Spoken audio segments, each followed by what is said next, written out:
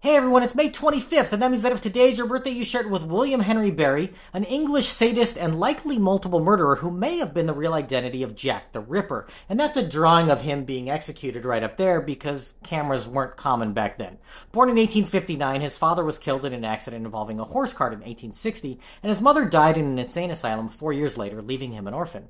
Raised by his uncle, he worked various jobs starting at the age of 16 and drifted across the English Midlands. In 1887, Barry moved to the East End of London, which I believe is the same year that the soap opera EastEnders debuted. Employed as a sawdust collector, he lived with a husband and wife who ran a brothel where he met his future wife, Ellen Elliot. Barry and Elliot soon moved into their own flat with money she was willed when her aunt passed away. Known as a drunkard and thief, he took the remainder of the money and squandered it on alcohol and prostitutes. He had a deep-seated hatred of women, and he was attracted to prostitutes because they were thought of as lesser beings by much of London society. At some point during his gallivanting with prostitutes, he contracted syphilis, which he passed on to his wife, and it is thought that the disease contributed to his aggressive behavior. There are some reports that in 1888, Barry attacked a prostitute with a knife, slashing her legs and genitals, but she survived. Similarly, it is speculated that he broke into the home of a seamstress, demanding money and stabbing her in the throat, but luckily she also survived the initial attack. It's thought that later that same year, Barry ramped up his crimes to murder, cornering a young woman in an alleyway and strangling her to death, dumping her body in a nearby yard, and finding the act of murder to be sexually arousing.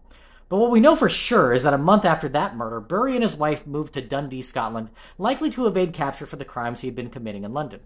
Incidentally, I used to play drums in a bagpipe and drum band at Carnegie Mellon University under the tutelage of a famed piper who once played in the City of Dundee Pipe Band. Just after moving, Barry attacked his wife in the basement of their home, strangling her with a rope. He sliced open her abdomen and ripped out her entrails, then stuffed her body in a trunk and kept it hidden in the basement.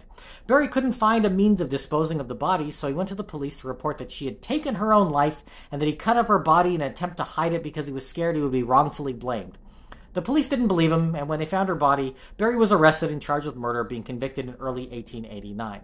After a breakfast of poached eggs and toast, he was hanged on April 24, 1889, and showed no remorse for his crimes, remarking to the hangman, "I suppose you think you are clever to hang me." Barry had lived in the Whitechapel neighborhood of London when the murders ascribed to Jack the Ripper were happening, and due to the nature of his crimes and brutality displayed, some scholars think that he was in fact responsible for those killings. And it is true that the Ripper murders ceased after his move to Dundee. While murders continued until 1891, they're generally thought to have been carried out by copycats. Barry, however, denied responsibility before his execution, and most historians think he was just another psychopath from the same place. But it is certainly possible that he committed many more murders than the one that is confirmed.